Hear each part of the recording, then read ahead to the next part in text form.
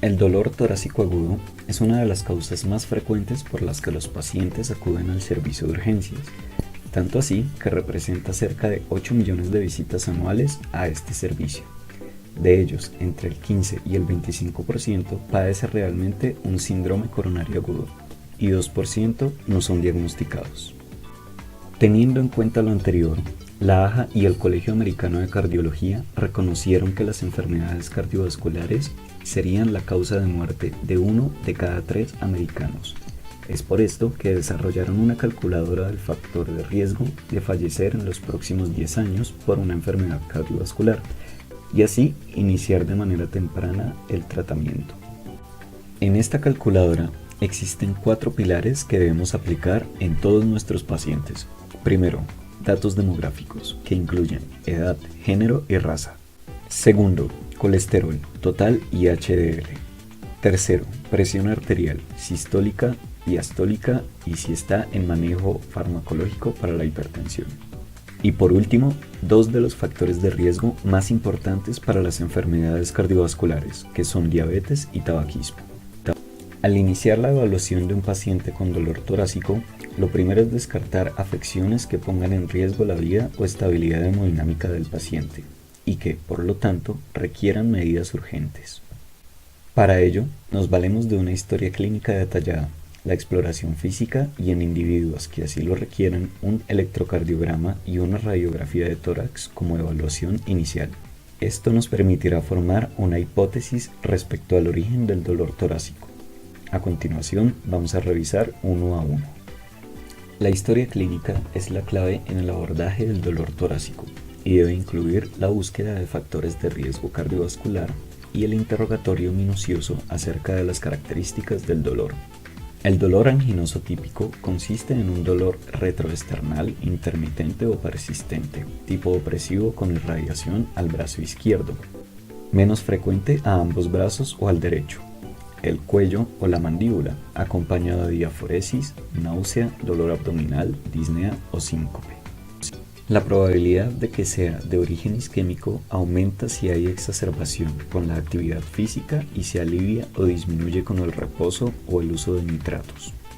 Con la historia clínica también podemos determinar algunas características que nos ayuden a descartar causas del dolor torácico no isquémico, como la acentuación con la inspiración profunda en el dolor pleurítico, que el dolor empeore con la inspiración profunda y en decúbito prono en caso del dolor pericárdico, la exacerbación del dolor posterior a la ingestión de alimentos o bebidas en el caso de enfermedad por reflujo gastroesofágico y finalmente la ausencia de factores de riesgo cardiovascular hacen probable, mas no imposible, el origen isquémico del dolor torácico. En el examen físico es importante buscar signos que sugieran la presencia de anemia, hipertensión, enfermedad valvular cardíaca, cardiomiopatía hipertrófica o arritmias. Se recomienda la determinación del índice de masa corporal.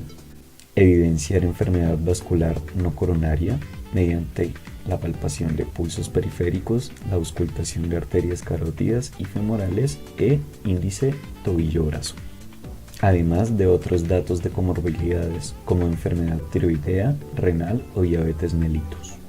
Finalmente, en el electrocardiograma de 12 derivaciones vamos a buscar una serie de cambios que en reposo son consistentes con un síndrome coronario agudo y pueden indicar isquemia o infarto previo.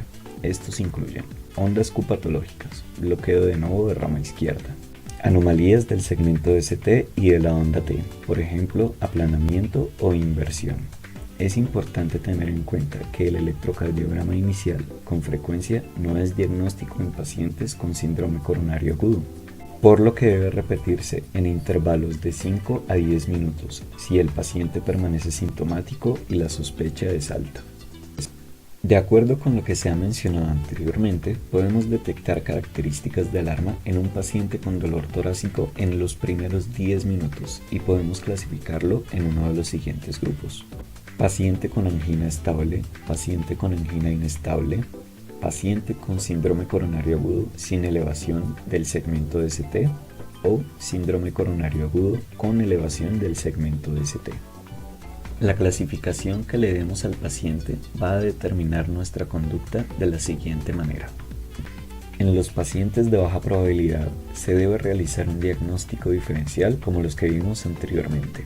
Así, por ejemplo, si sospecho un embolismo pulmonar, debo realizar la escala de Wells, solicitar una prueba de dímero D y, dependiendo de los resultados, continuar con los estudios. Por otra parte, si sospecho una disección aórtica, debo evaluar factores de riesgo, tener en cuenta hallazgos clínicos como síntomas neurovegetativos, asimetría de pulsos y/o tensión arterial. Y finalmente, en un paciente con neumotórax se encontrará una historia con dolor pleurítico, fiebre, tos, disnea súbita y una radiografía de tórax donde se evidencia colapso del pulmón. Para los pacientes de probabilidad intermedia y alta está indicada la realización de marcadores cardíacos, específicamente troponinas. Estas enzimas generalmente comienzan a elevarse 2 a 3 horas después del comienzo del infarto. Sin embargo, debido a que existen causas no cardíacas de elevación de las mismas, se deben cumplir los siguientes criterios para considerar el diagnóstico de infarto agudo de miocardio. Elevación 5 veces el nivel normal. Elevación del 20% de un valor inicialmente levemente positivo. Elevación del 50% en pacientes con valores inicialmente negativos. Con esto, ya solo nos resta categorizar al paciente según el riesgo de mortalidad e iniciar el manejo según requiera. Para estratificar el riesgo de mortalidad, tenemos disponibles las escalas de Tini y Grace, siendo la última la más recomendada por su mayor discriminación. Sin embargo, los estudios evidencian que ambas son útiles y la única diferencia que se ha encontrado radica en que para el síndrome coronario agudo sin elevación del ST, la escala de riesgo Tini discriminó mejor el riesgo a nivel hospitalario, mientras que la escala Grace fue mejor para predecir el riesgo a los 6 meses después del síndrome coronario agudo sin elevación del segmento ST. Un paciente con alto riesgo de mortalidad, es decir, con un Grace mayor a 140, debe ingresar a una unidad de cuidado crítico coronario. Por otra parte, el paciente con un riesgo intermedio, con un Grace entre 109 y 140, se beneficia de realizar una estratificación con un ecocardiograma estrés o perfusión miocárdica intrahospitalaria. Y finalmente, en un paciente con bajo riesgo, con un Grace menor a 109, se puede realizar una estratificación ambulatoria con prueba de esfuerzo convencional. En cuanto a manejo del síndrome coronario agudo, debemos tener en cuenta la clasificación inicial así: infarto agudo de miocardio con elevación del segmento ST. Iniciar terapia de reperfusión. La guía de la AJA recomienda intervención coronaria percutánea siempre que se encuentre disponible en las primeras 12 horas de inicio del cuadro y persista la elevación del segmento ST.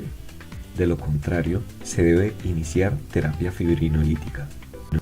Infarto agudo de miocardio sin elevación del segmento ST y angina inestable. Iniciar manejo con oxígeno para alcanzar una saturación arterial de oxígeno mayor a 90%. Administrar nitratos sublinguales. Dar manejo analgésico, preferiblemente con morfina. Iniciar beta bloqueador si no está contraindicado. Y finalmente, dar una terapia doble, antiagregante y anticoagulante.